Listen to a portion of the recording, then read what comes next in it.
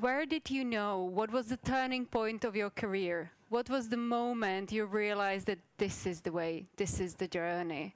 And I will start with my own, introducing the platform that actually Patrick talked about. I created a platform called Holkis Marketing 5 years ago when I entered a tech conference where I was a speaker, and they stopped me at the entrance and said, "The cloakroom for the waitresses is over there."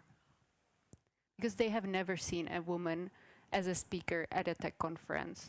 And I got really pissed, you know, really pissed. And I said, yeah, this is really horrible. We should change this. And this anger turned into a community which currently unites more than 17,000 women marketing professionals in the Czech Republic. For example, 12% women found a job or an employee through that platform.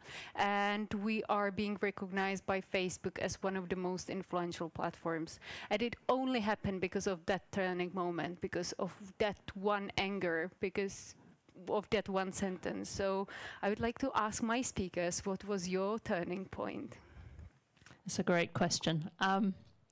My turning point was a time many years ago. I've always wanted to do work that made a difference to the world, was socially good. And I ended up working in the railways, another very male-dominated environment. But it wasn't really pressing my social buttons enough, and I decided to ask to work part-time 4 days a week and spend the 5th day volunteering, job searching, exploring other options, because if I was working all the time, I didn't have the chance to get my foot in the door, and I kept applying for stuff and being turned down. So one day I was sitting at home feeling like I was getting nowhere and feeling sorry for myself, and then and I said to myself, oh, the trouble is I don't know what I want. And then I thought, no, you're lying to yourself. You know what you want. You just don't know how to get it. What you want to do is help other people do what they want to do. And that became my touchstone phrase. What I want to do is help other people do what they want to do. And I studied careers guidance and then ended up doing business support, ran my own business doing business advice and growth, and helping people change career into social business sector. And that's pretty much what I do now. So my turning point was I was working in the tobacco company in Philip Morris for some time, but I worked in the regulatory area where we were shaping the regulation for something which sounded like science fiction at that time. Because in tobacco, especially in Philip Morris, we knew that there was a need to develop products which are a better solution for adult smokers who want to continue smoking. So the products which are less harmful or have at least the potential to be less harmful. And we were having a discussion with regulators how that framework could look like and what are the conditions for the products to have that tagline. And then when I saw that actually the regulators are listening to us, and actually the regulatory framework was shaping up, and at the same time I saw that our research and development after 7-8 years has finally come to something which is pretty tangible, and at that time the products were already test launched in Japan and in Italy. I made the decision that I really want to bring these products to my home countries, which are, I'm Slovak by nature, but I lived in Czech Republic before I went to Switzerland where I was working on that regulation. And basically I said I really want to, yes, stay in this company, but change the job significantly and go and work on business and bring these products to Czech, Slovakia and Hungary. Of course, it was not easy, because it was in corporations you have the careers pretty much outlined, and if you start working in one area, everybody expects that you become better and better and in that area, and you have a bigger and bigger job in that area. So it was a big change, and I didn't find many supporters and fans of that idea, because I was really changing the job from one area to a completely different one, business. But I made it. So I went step by step, and I was looking for friends and for those who supported, who could imagine that this was going to happen. And, you know, I think if you really try enough and you don't give up, there is a point when you get it. So, and I am the walking example.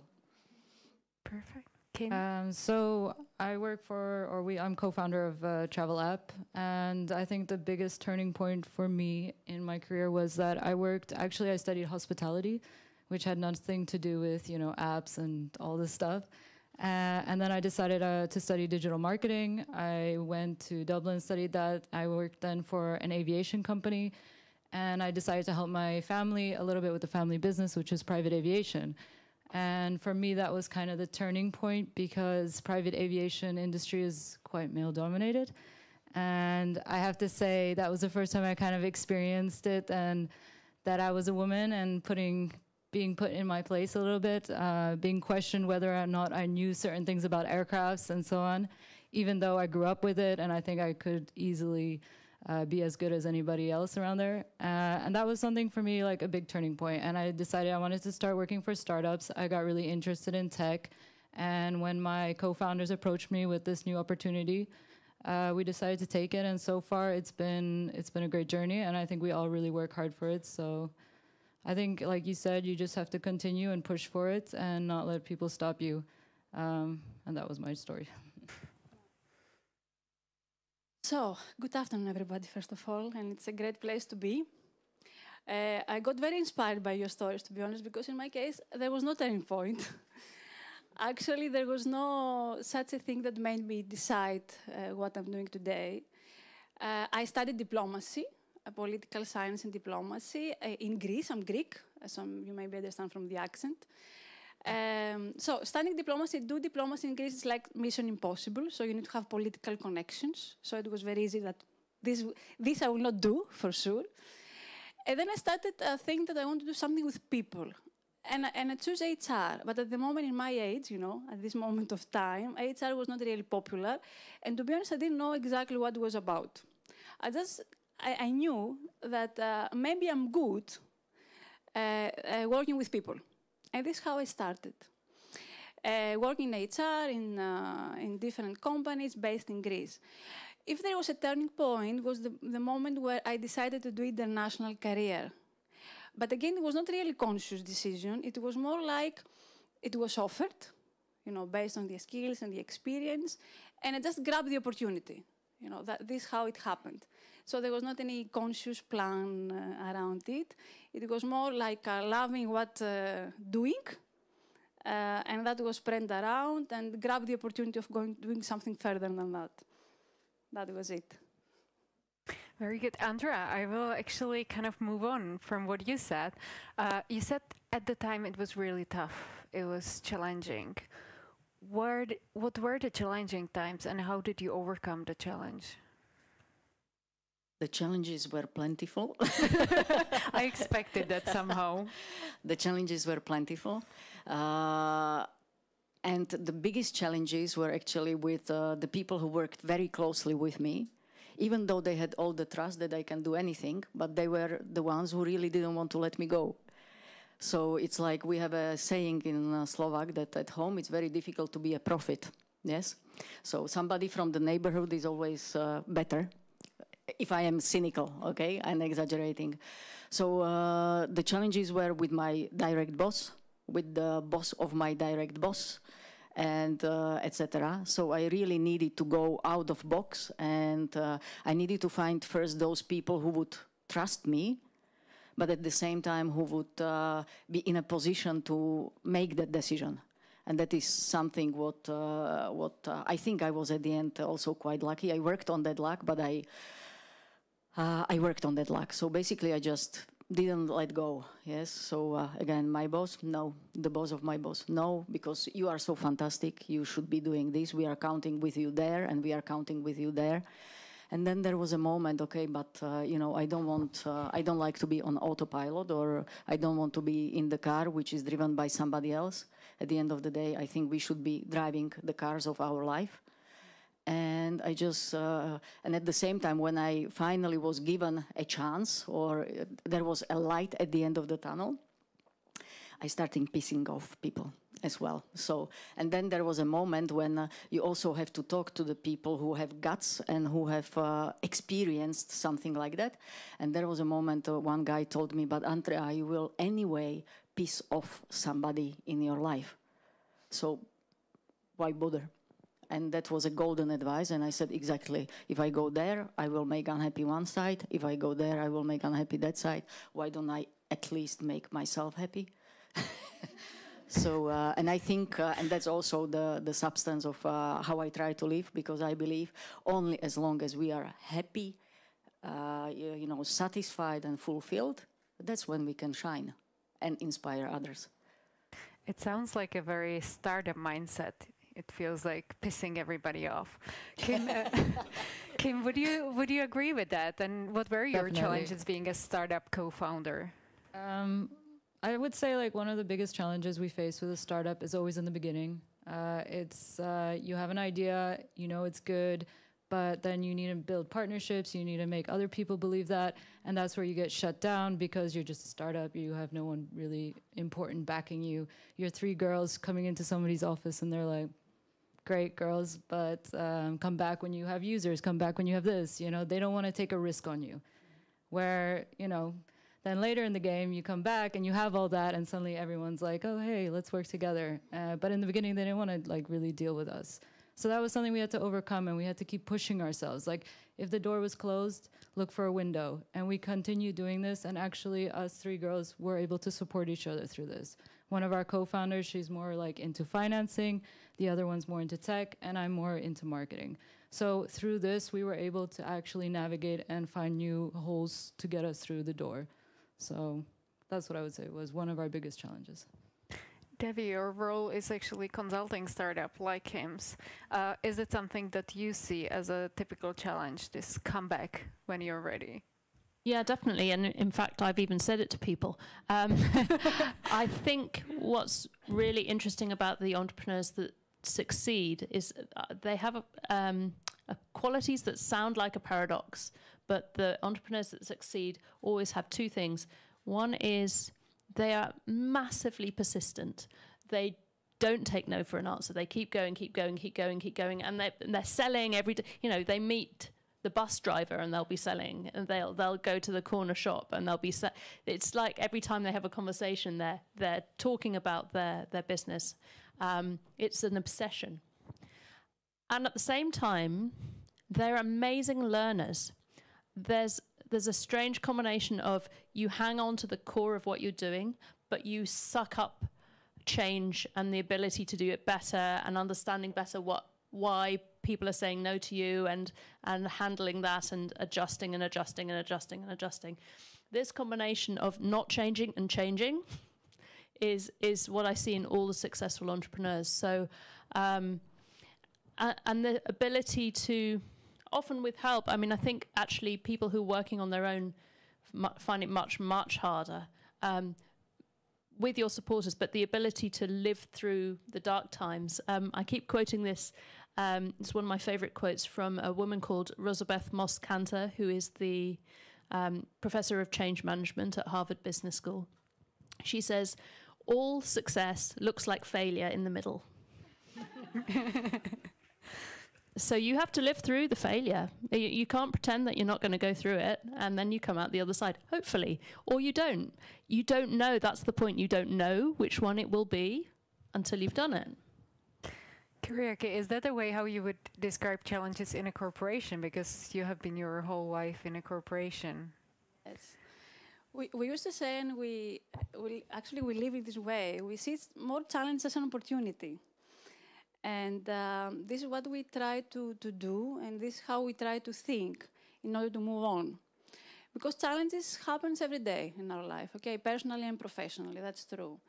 But how through the challenge you can learn, you can find new ways, you can think further, you can grow, you can fail and learn again, you can gain confidence, And this is the magic thing, I think. I mean, through the challenges, you really, the challenges can really make you think differently.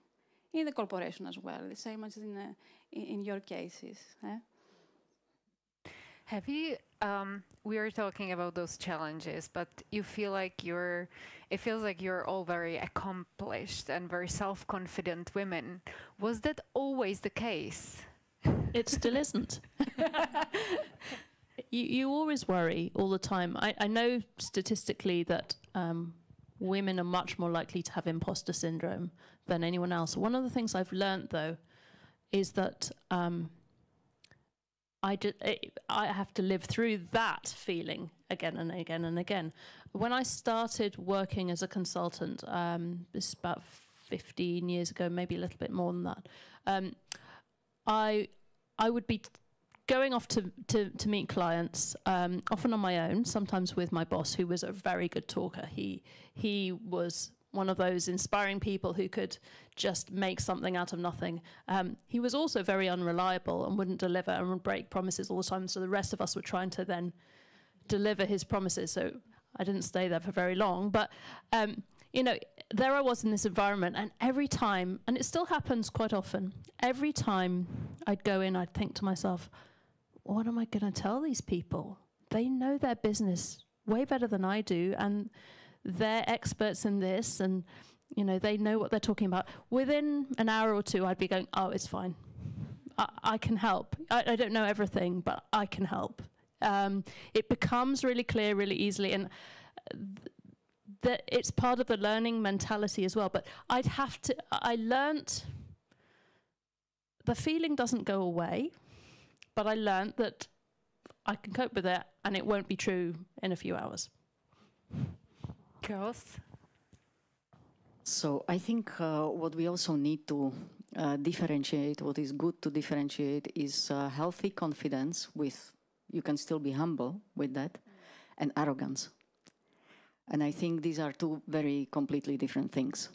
So am I confident and humble? Have I always been? It grows with experience, I have to say.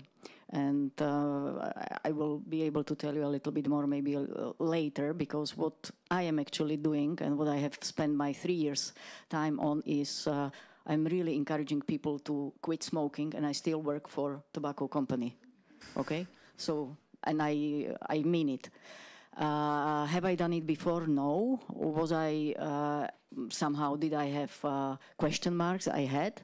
But at the same time, I think with experience, I learned that if I really focus and devote my time and effort and do whatever is needed to be done, I crack it.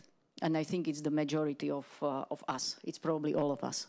So I think the confidence in will I make it, it grows with experience, but I feel pretty solid there. But then what I think we are also facing very often is the arrogance. And these are usually people who don't even deliver, who don't make it, who, you know. So I think that's what I am trying to be very careful in my life about, is to be healthy, confident, because I know that if I invest, I make it. At the same time, to be humble, and because I think that once that changes, also the focus on quality and delivery goes somewhere completely different. So I just want to be straight with myself, that what I choose, I deliver, and we go on. I mean, I think as like from a startup point of view, you know, you have to believe in your own product. You know, there's always going to be people who tell you, like, even in my close circle, people were like, it doesn't look like it's going to work. And I just have to be confident enough in what I'm actually trying to achieve out of it. And then really, nobody can really put you down. There are going to be days where, yes, you're going to be turned down and it's going to suck. And you're going to be like, okay, I really don't think this is the right thing. But then you're going to, like I said, find a new window and you're going to keep pushing through. Because if you don't believe in your own product, why should anybody else? That's the only thing. So yes, you will have bad days. But like I said, if you're confident and, you know, you can push through and not be arrogant about it, you will succeed, I think. Kyriaki, you have a huge experience being HR, so I believe that you have a lot of tools and kind of strategies how to cope with this. We do, and tactics and tools and trainings and many other things. But there's something that is a bit simpler than that, if I may, talking about confidence. I think that the most important thing is to admit and recognize that we are all humans. Above everything of what we're doing. And humans have up and downs, have beautiful and dark days, have everything. So this is the first one thing to remember always. And the second thing is that beyond the tools, from my experience, the number one way to increase your confidence is actually to try. To try things that it's beyond your comfort zone, that sometimes are scary. And from those things, the only thing that happens for sure is that we go stronger and stronger out. I have a personal story to share here. I had for many, many years stage fear. You know what that means? Actually, that means that I should not stay here in front of you now, okay? So before I go to any kind of stage, or before I go in front of any people, I will die. Okay, normally I have this. So there were two ways: either to not do it never, or to try. So I tried. The first time was awful. I almost died. The second time was a bit better. I stayed alive. The third better. So, and I reached the moment that I actually enjoy it. So that's my personal story of confidence that I would like to share with you, because I feel quite confident to share it. And because I truly believe that in these moments are the real moments of learning, beyond any tools and tactics. Still, I would love to ask any of you if you had mentors, because so many times when you talk about like female leadership, mentors are always mentioned. Was that something? And was maybe if you had mentors or sponsors, because I believe there's a huge difference between those two. Andrea, Thank you, I think you for democratic choice. I never had a formal mentor, but I had in the most important times in my life, I had the right people around me. And I am that kind of person who likes, to fight my own fight. But at the same time, I am quite sensitive to perceiving where my safety net is. So when in a deep thinking process or decision-making process, I definitely have a few people whom I can activate, and they work perfectly. At the same time, I don't want to, misuse their time and bother them when I think I should make my own decisions with things which are below their radar screen. So mentors, I have a network to activate. Sponsors, it's sometimes the situation in corporation, you have the system which really prevails. And I think you have to, in a corporation, you have to convince a bunch of people to sponsor you, because usually you either have the sponsor of CEO, or then anybody can be overruled. So in my situation in the working environment, it's always, yes, there is a group of people, relevant people, whom I need to convince that with my team we are able to tackle something, and then I can rely that through the system they open the door. Kim, for you as a startup co-founder, the role of the mentors could be crucial. Is that true? Yeah, it's true. We went to incubator now in New York. So our CEO, she was over there, and we have different mentors over there. We also work with some mentors here in Prague. Personally, myself, I'm more in the line with you, where I never had an official mentor, but there's a lot of people around me that I would feel like act like mentors to me, and that I can always go to and, you know, discuss things or get advice from. And I think in any startup that is so important to actually surround yourself with people like that. It's just more healthier for you. It motivates you to have people around you that can actually, you know, help you get to where you need to be. And again, you don't abuse their time, but they are interested in seeing you succeed. And that's what you want basically around you. I just want to add a couple of interesting facts. I haven't had a mentor, but I have been a mentor and I have run mentoring programs many times. We had one of the organizations that funds the Impact Hub has been funding accelerators all around the world and has done some research into what factors make a difference, make the biggest difference to startups succeeding. And one of the things they discovered, was that if you have a mentor who is the same gender as you, you are significantly more likely to succeed. So women do better with women mentors and men do better with men as mentors.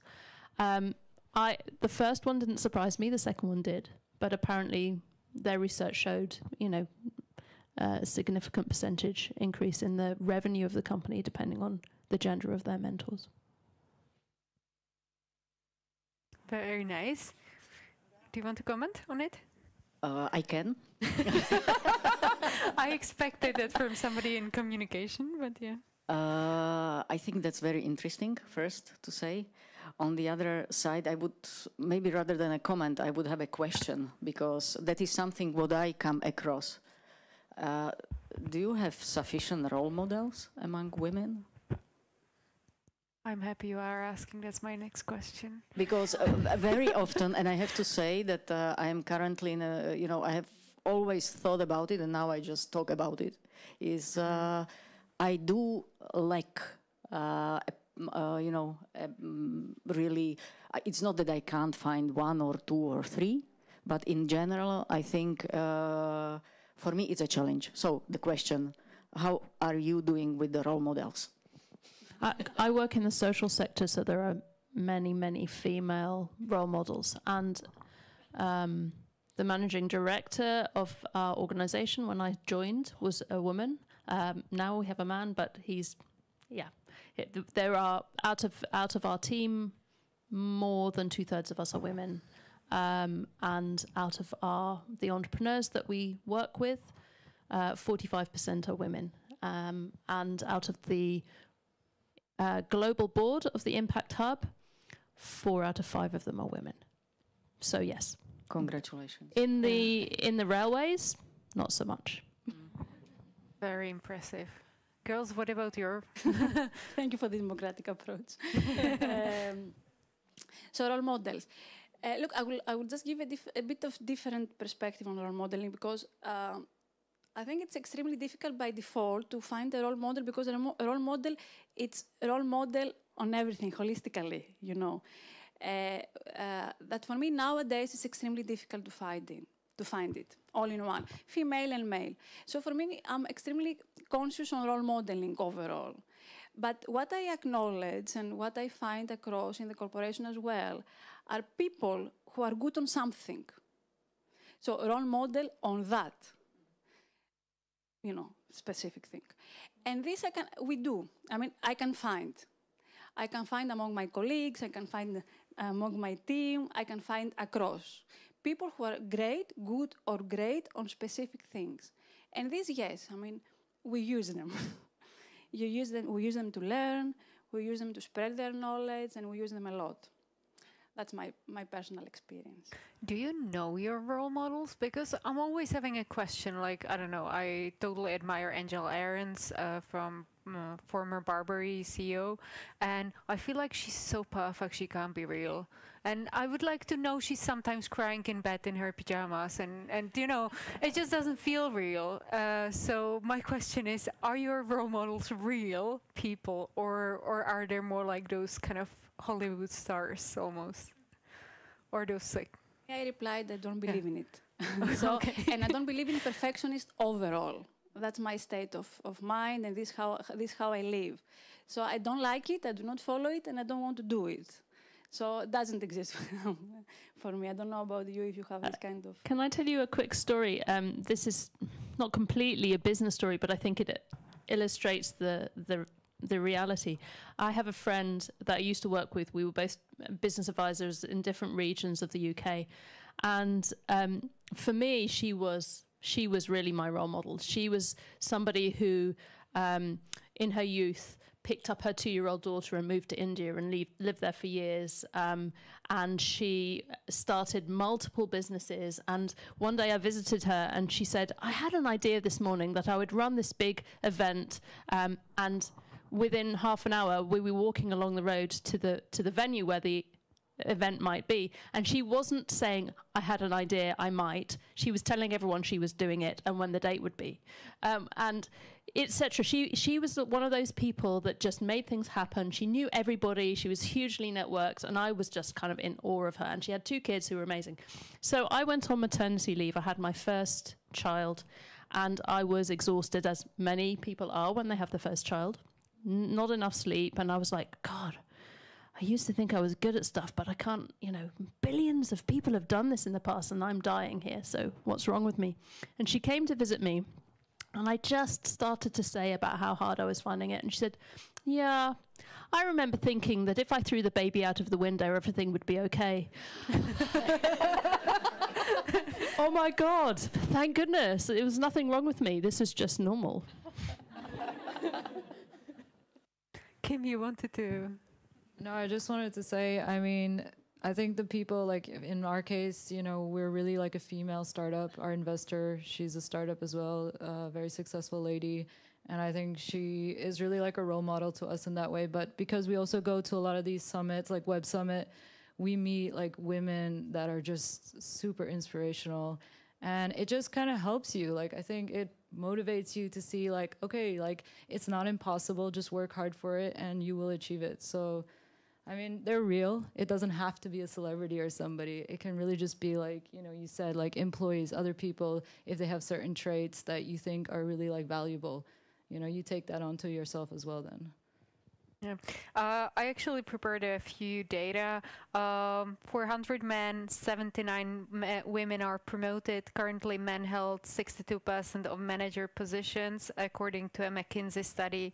Actually, only 8% investors are female. So we are actually like lacking role models. We are lacking women who can be maybe our sponsors in that. How do you promote diversity in your companies? Because I believe that we can agree on the fact that actually diversity is a big player when it comes to, for example, financial success of the company and so on. Andrea, you're always the winner. Maybe not always. What I would like to give is an example of our company, which I think is undergoing a major transformation. I started working there in late 90s, and when I walked into, I went there for interview for fun, okay? I didn't have any American business background. I am not a smoker, I really was not interested in tobacco. I just said, okay, I have never been for an interview in an American company, why don't I get that experience? Then I got seduced, okay, and that's for a different discussion why, but I remember the moment when I walked into the corridor and I felt like in a Matrix movie. It's like men in the dark suits, white shirts, beautiful, yeah, very handsome. They were just missing the glasses. And that was the late 90s. Now I have to say that also with the transformation, changing the product, because we are really, in Philip Morris, unless you already know, we are really, really ending, and we are looking forward for the day when we can stop producing and selling cigarettes, because we are building something which is revolutionary for the humanity. And we are bringing this new product to the market, which requires a completely different interaction with the consumer.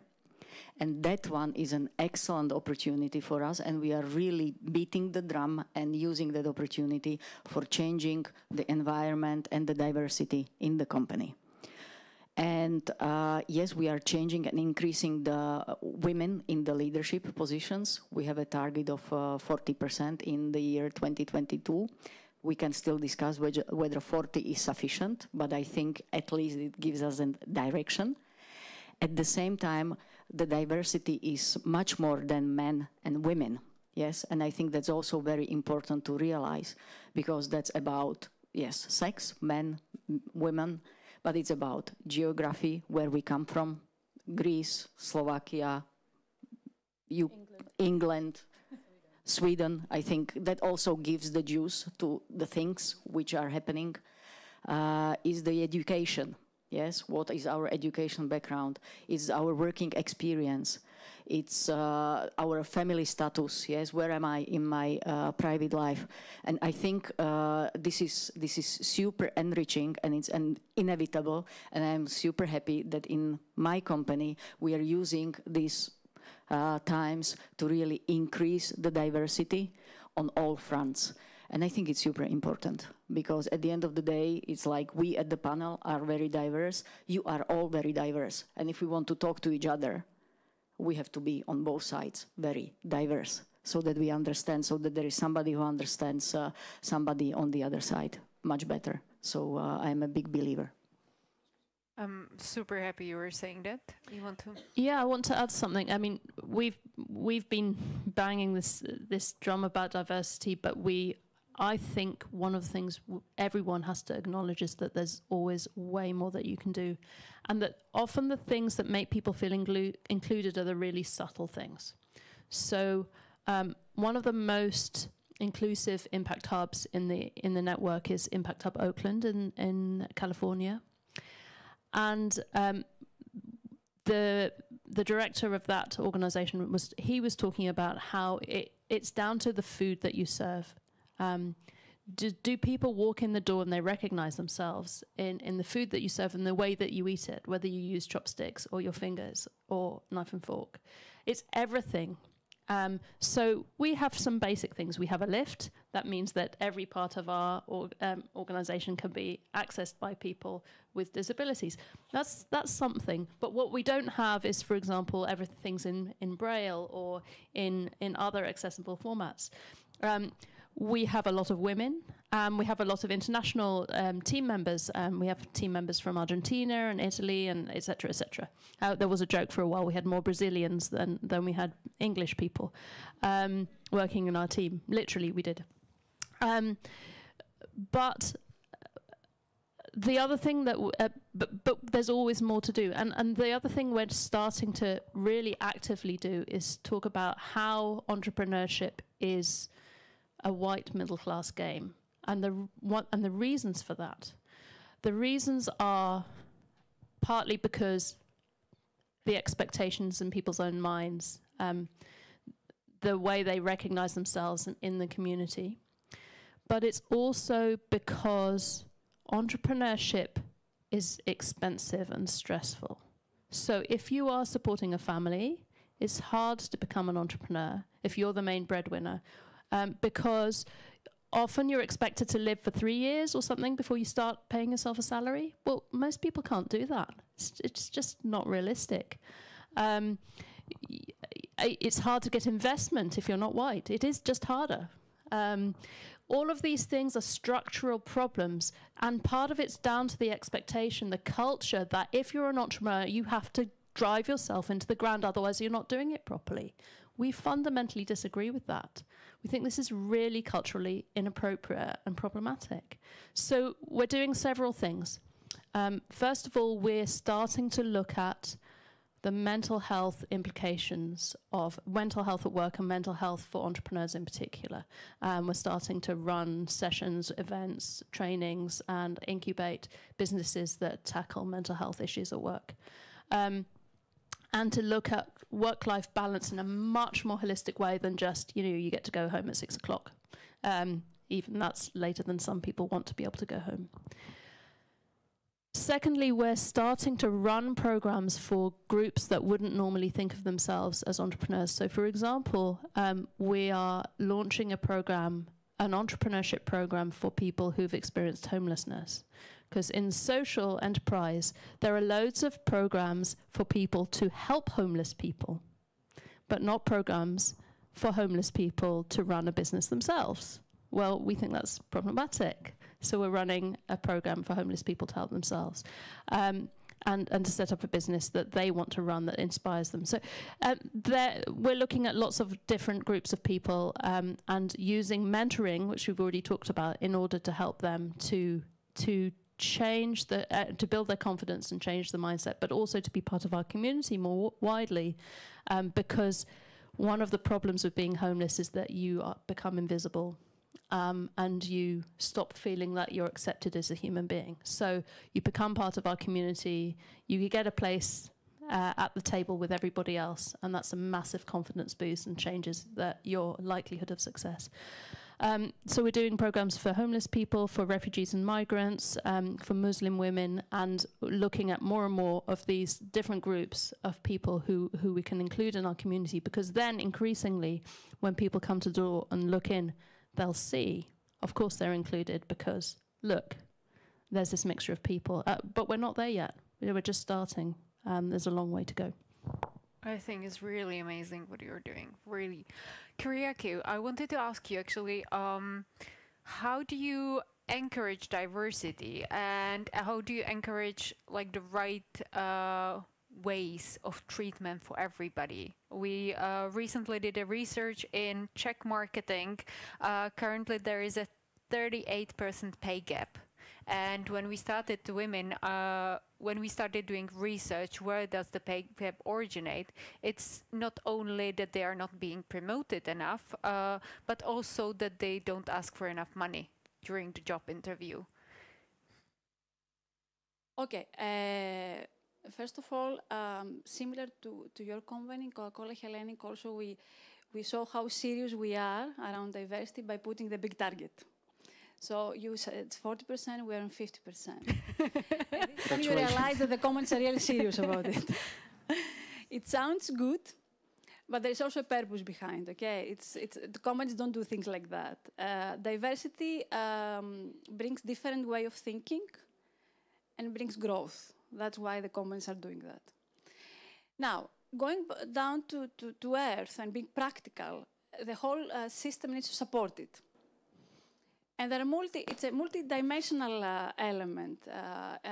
It's the company, it's the female, if we talk about sex diversity, it's the female, it's the personal barriers, it's the community, it's everything. So I would like to touch the two important things in my view. One is the company, so what companies are doing, but also what the female employee is doing, okay? Because there are two things.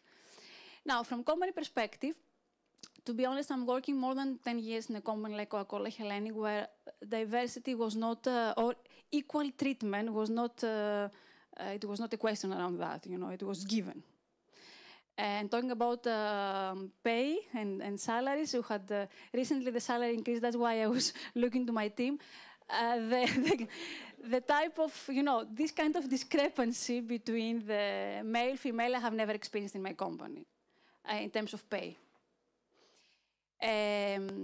What I have experienced a lot, it's female employees who are extremely capable, knowledgeable, smart, and amazing, but somehow they hesitate to move on. This is what I have experienced. And the reason why they hesitate to move on, in my view and my humble opinion, there are actually two reasons. The one is the personal barrier, so whatever the person believes, so what kind of support she has at home, what she inspires, what is her purpose, so her personal barrier. And from the other side, how the company in practice support it. So 50% target needs to come in practice. And that is part-time jobs, flexibility, which is tools, trainings, leadership mentoring, investment in terms of money to support. And these kind of things, because that creates the environment. And beyond that is the whole culture and the whole mindset within the company, which is, even if you have the tool, you need also to behave like, So when a mother has a sick a kid at home, you behave like it's extremely important for the mom to be at home, and you show that in practice, Can I add to that? When a father has a sick kid at home, it's really important for him to take his share and do that too. This is the change we need to make, because if it's only that we accommodate mothers to go home when they're sick, we will never have equality, because however careful you are, if you have fewer days at work, you aren't going to progress as quickly. You're just not. I'm happy to say that I work 4 days a week because I have 2 kids, and I get paid for 4 days a week and I work 5. But I work 4 days a week, spend 1 day at home, and I pick my kids up from school. I'm happy to say that my boss, who's a man, who's in his 50s, he leaves work at 4 o'clock every day to pick his kids up from school. And he works 4 days a week as well. That's, when you have that, then you start having change. If it's only women who have to change and women who have to be accommodated, that's necessary, but it's not sufficient. I'm a single mother, and maybe it was very important for me to mention it. It's true. So for both, and this is the equal treatment also supports this kind of culture that both had equal also responsibility at home. Before we turn into questions, actually, I would like to ask men in the audience. Because so many times I feel like the diversity talk is only like among women. It feels like we need to support each other, we need to share, we need to find role models, we need to. And I would like to know if any of you men consciously are trying to improve the diversity situation in your company. And I can share a personal experience. I had a manager in a company one day, and he said, like, every time I see a girl who's not speaking at a meeting which I'm attending, I directly ask her and say, Katarzyna, what do you think about this topic? I would love to hear your opinion. And this is what he did every time, and really helped with the diversity in the company. But I would like to see if there's any men who would like to share his strategy and story.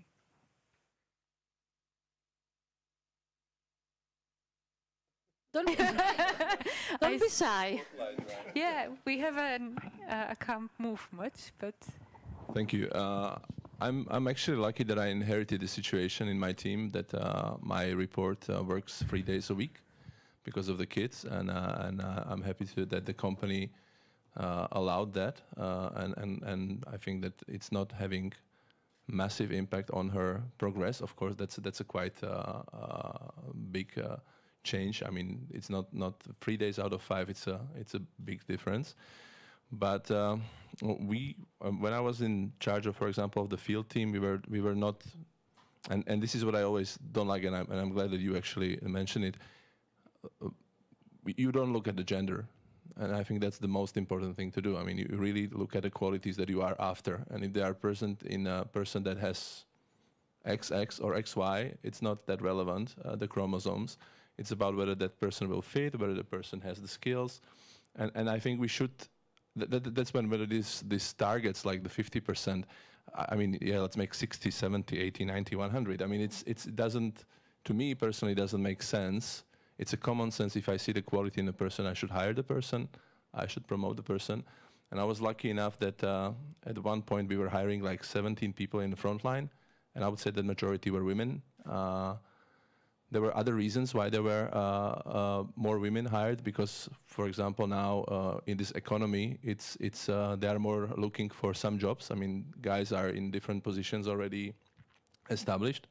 But I was really happy that we went. There were like 60 people, the original staff. Most of them were men, 30 plus, 35 plus, and in like 3-4 months, we really injected in most of the teams new, ambitious, really inspirational new employees. We happen to be most of them women, and I think it really changed the dynamics in some of the teams. Can I ask what company you work for? I work with Andrea, actually. Okay, right. She hired me 10 years ago, And it's funny because when I walked into Philip Morris at that time, out of the 7 members of the management in that affiliate, 4 were women. And I never thought about it. Like, we were looking for quotas. We were 60 plus at the time. So this is why I don't like the quotas, but it's possible. It's possible without them, I think. Thank you very much. Anybody else who would like to share their...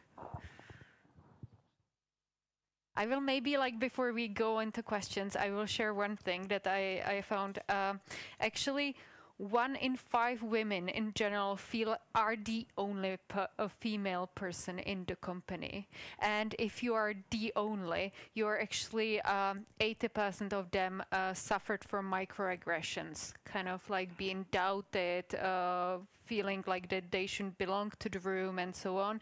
And 55% senior leaders went through sexual harassment if they were the only in the company. So I wanted to share that kind of, I understand what you're saying with the kind of, we all have we are good at copywriting or leadership, but at the same time, it's really important not to be the only one in the room. Could we have the Slido? Anybody? If you still have questions, you can send them to Slido SGP.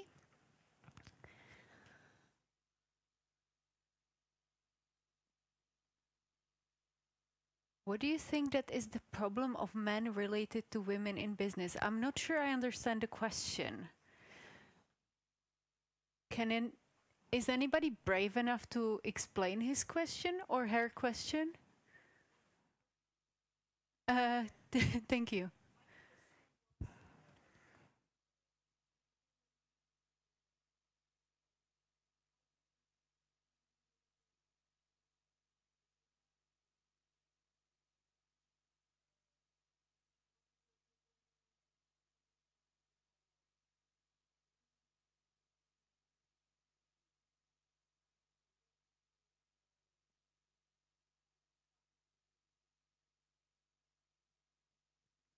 I think so.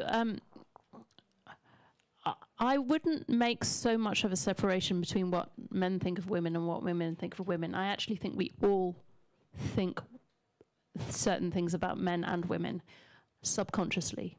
Even those of us who don't think we should. If anyone has come across the unconscious bias, I can't remember what it's called now, but there's a study at Harvard that looks at unconscious bias across a range of different groups of people, race and gender and so on and so forth. And you have certain words that are associated with men or associated with women, and then you have faces of men and women, and when they're lined up according to the stereotype, you can answer questions really quickly, and when they're done it the opposite way, you can answer questions you can't. So there are associations, and however much consciously you think there aren't things going on, there are. Because most of our decisions and our impressions are made unconsciously initially, and it's hard to overcome that. So I think that's just being human. And I think what we can do is to just be aware of it and compensate for it in the ways that we can. But I wouldn't say that men are particularly mean to women versus women being mean to women. I actually think women are often really tough on other women, and there's a self-toughness as well. I think women expect to have to work harder in order to prove themselves. There are things like you were talking earlier about women won't push themselves forward. Often it's because that there is research to show that if women are applying for a job, they will only apply for a job if they meet 100% of the criteria. 120. Yeah, 120. But 100% of the criteria on the job description was men will take a punt. They'll try it. If they meet 50, 70%, they'll try it. And what that means is that sometimes men will get something that's a stretch job and the women won't. They'll get a job that they're really confident they can do. It's stuff like that. It's those kinds of subconscious things, and we all fall into those traps. It's not just prejudice from men. Do you girls feel like it? Is there a way how to fight those biases that are inside us? I do. I'm an optimist. I think, and what I learned, or what I pick up from my experience, what really helps is to have the common purpose. Yes, if we are clear about what we are doing and why we are doing that, and we only have the people who really share that, I think all the other stuff just fades away. Yes, because at the end of the day, I really don't care whether it's a man or a woman, whether the lady is Indian and the man is Brazilian, whether he's a gay and she is a single mother. I think to have the common purpose and the reasons, where are we going and why are we going there, I think that helps enormously. I think so. I think there's a great question. What was your biggest professional mistake you're willing to share? And I'll start with Kim because she hasn't talked much. Like in our startup or in general? I would say sometimes maybe overconfidence. It is good to be confident. I do believe that. But if you're really going to walk in somewhere, you could actually burn that bridge. And I think that might have been some of not only me, but our team's maybe biggest mistake is that we've come in some places thinking a little bit too high of the situation, and then the door's closed. And maybe that could have been averted. So always do your research before. Always make sure you're you know what you're walking into, I would say.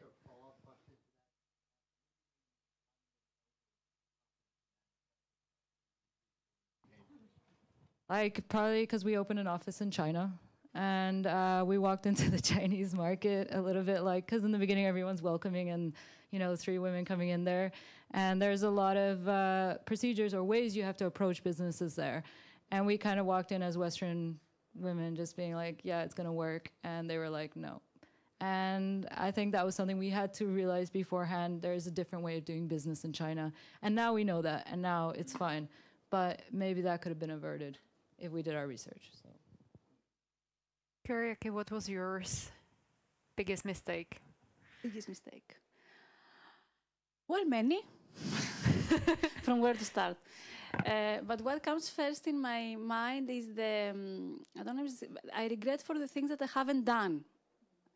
So this is what comes first in my mind. I mean, I have done millions of mistakes. I do everyday mistakes. We're doing But what comes big is that I really regret for opportunities that I didn't grab, for learning I didn't capture. So these are the biggest mistakes that I can regret. All the others I do not regret because useful mistakes. Can you give a specific example? Yeah, was it learning Chinese? Sorry? Was it learning Chinese or something learning different? Chinese? No. I cannot even learn Czech. And I cannot even think about Chinese. No, opportunities like, big projects that maybe I have hesitated to take the lead when that was offered to me. And this kind of stuff. I mean, this kind of exams comes to my mind. Devi, do you want to share yours? Yeah, I think I want to tell a story, but it turns around at the end. But it speaks a little bit to what you were just saying. When I was running my business, I was underconfident, and I was juggling it with looking after my kids. I was working basically in a little attic in my house a couple of days a week. And I remember watching a video one day of a man who'd started a business at the same time as me in a not completely different field to mine. And he had got consultants from McKinsey doing stuff for free. He'd got people from business schools. He'd got, I don't know, loads of these big names, and he was standing on stage and got lots of investment and so on. And I was sitting there in my attic going, why is he able to do that and I'm not? And then I realized that the only difference was that he believed he could, and I'd decided that somehow that wasn't allowed. I was just a mum in my attic. And actually, it didn't matter all my previous business success, the fact that I got promoted anytime I worked for somebody, it didn't matter because I was just a mum. And so what I decided at that time was that I would ask people that I wanted to be involved in my business, and that either they would have a blog or do a podcast or endorse, even just one tweet, something, but these were, and my only rule to myself was that they had to be the people I really wanted, even if they felt completely impossible. So, and I had to have 100 of them, and each day, each working day, I would ask one of them if they would do something for my business. So I put Barack Obama on the list. I put Oprah Winfrey on the list, and I put some more reachable people, but because that was my rule, that I would not cross anybody off the list because I thought they were impossible, they went on the list. And I believed that that I would have succeeded if I got one of them to say yes. Only one. But each day I'd have to ask somebody. So I started with the ones that felt easier. Didn't start with Barack, but the first person I asked said yes. And then on the second day, the second person I asked said yes. And guess what happened with the third person? Mm-hmm.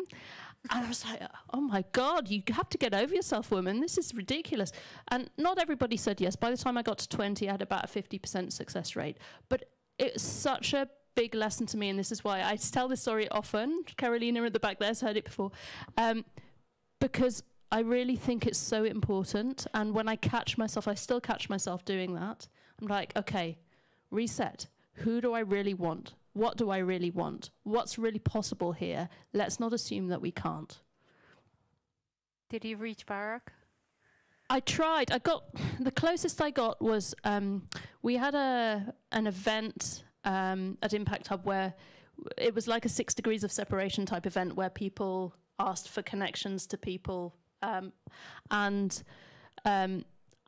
I had a connection to somebody who worked in the White House. That's as close as I got. And then the following weekend, completely coincidentally, some of the entrepreneurs that I mentored and had been working with for nearly 3 years ended up at an event in Oxford where Barack Obama was speaking. And I was like, go and talk to him for me. But they didn't.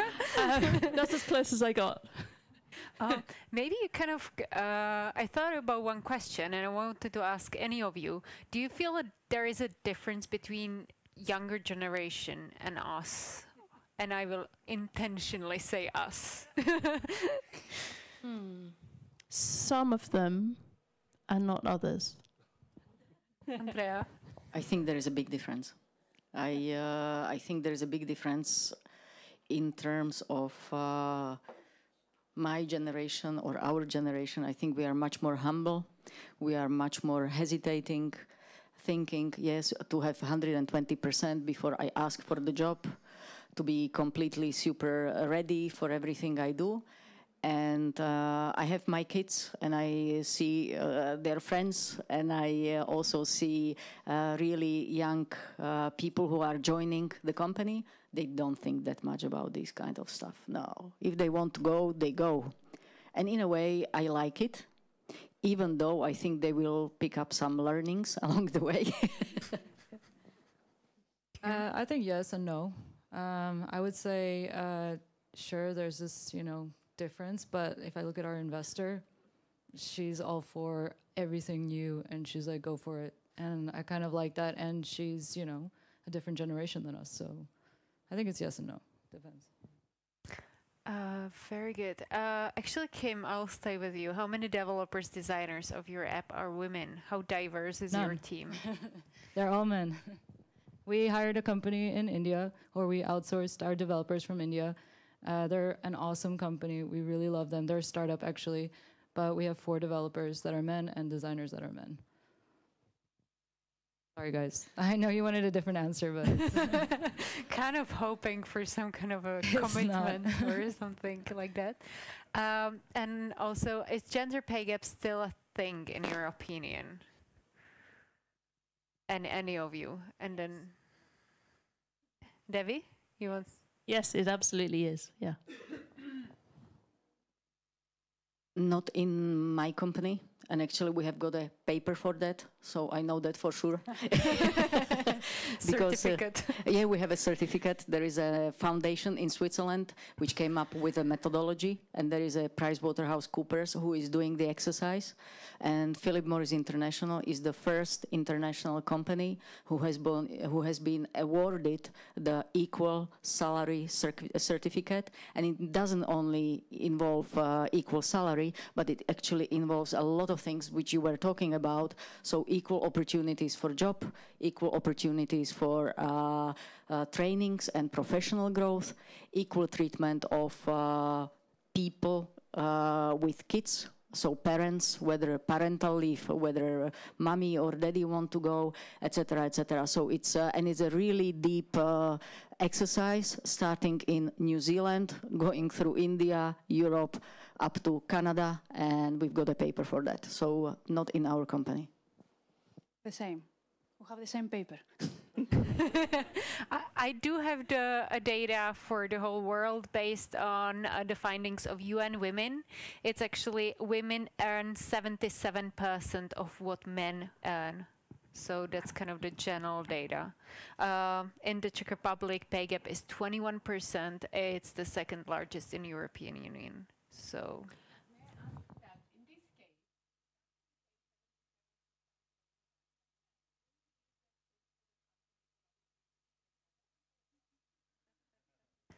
I would love to applaud for that one. No. Sometimes these things are also more complex than just exactly the same job. So one of my very good friends, we've been friends since school, she is an employment lawyer. And her firm is currently taking a number of class actions against supermarkets in the UK. And what they're doing in these class actions are comparing unskilled labor jobs in warehouses, which are primarily employing men, and at the checkouts, which are primarily employing women. And what they're saying is these jobs are equivalent skill levels, but the warehouse jobs are paid significantly more than the checkout jobs. And they're winning the cases in the courts. So there's a level of complexity here. If you think about it, a couple of 100 years ago, secretaries were men, and they were paid more and respected more than secretaries often then became when secretaries became mostly women. It's not just about, oh, you're doing the same job and do you have the same pay? It's are there structural things where mostly men do, mostly women do, but actually skill-wise they're equivalent? It's complex. These things are really complex. I would like to add one more statistics. Actually, 15% of men who work in Czech e-commerce are planning to ask for a pay rise compared to 7% only of women. So men are more likely to ask for a pay rise as well. So maybe we are kind of heading to the finish. So I would like to ask actually, first one, please find Andrea, ask her about the smoking thing. I'm not, omitting it. I just feel like, I used to be a smoker, so I can't listen to that. So one last thing, one advice. We have so many wonderful young women sitting in the audience, and I would like you to give them a piece of advice. What would have helped you being in their age and being maybe in their position? And if you feel like it, add also a piece of advice for the men sitting in the audience, how they could help us change the numbers that we talked about today. Okay. Thank you. A piece of advice in a humble way, because I don't feel that, we're in the position to give advice, but from experience, just a couple of things that comes on top of my mind. The first advice that I will give is that just find your own purpose. So why you are doing what you are doing. And that's always the question that needs to be up in the head. So why? It's the purpose.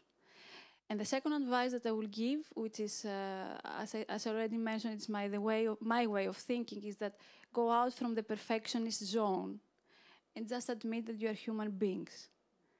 And then life will become so easy for all of you. Now, for the dear men, just one advice. Embrace diversity from your side as well. Embrace the different thinking. Support your wives at home. Don't forget. Your daughters, if you have. And raise your daughters and sons in the equal way, giving them also equal opportunities. But I believe that the support of the family at home, and especially for your wives and your partners, it's extremely important. So please do so. They need you. Thank you. Kim?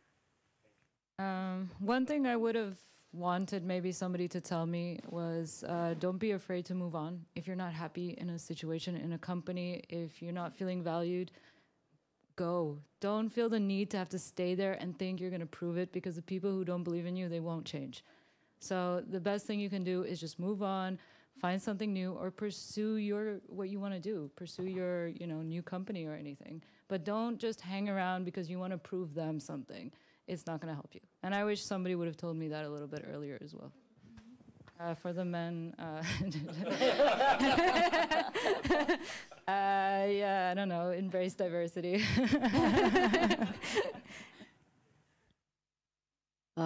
I like the point about purpose. I'm a big fan of that. I like the point about move on and build, create your own life and take responsibility for all of that. So I absolutely endorse both of that. What I would add is here in the room I can see the ladies who can probably understand a little bit better what I am going to mention, and maybe some of you a little bit less. But it's not far away that there were times, for example, I remember my grandma. She was born in 1915, and she didn't have the opportunities which we have. She just couldn't, okay? She went to school, and then when her parents decided that they need her at home, then she stayed at home. She didn't have any other choice. We have all the choices in our life, so let's use them. So that's for the ladies. For the men, I like who mentioned that in the meeting, be active advocates of and activators actually of other people in the room to be involved in the discussion and in the decision-making process. At the end of the day, you will benefit from that, because you will get a better decision, you will get more around it and a holistic idea about what you need to do. Debbie? Yeah, I think advice-wise, we've heard a lot about how women don't ask for stuff for themselves, and I think that is the advice I would give. Ask for stuff that doesn't be unreasonable. What feels unreasonable, and you'll find that there are plenty of men who think it is reasonable. So be unreasonable, often, repeatedly. And for men, I think,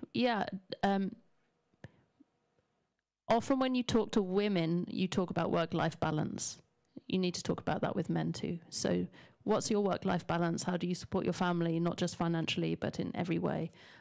How do you do your share? Because actually, women have been fighting for equality for decades, and there have been many men who've been truly supportive of that. But until it's really the turn of the men to change now. It was amazing. I would love to thank my speakers, Devi, Andrea, Kim, Kyriaki. You were amazing, you were inspirational, and you really changed the world today. Thank you, Patrick, for inviting all of us and letting us speak about our favorite topics. And thank you for listening to us. And please don't forget to exchange the business cards with the people you introduced yourself to. Thank you.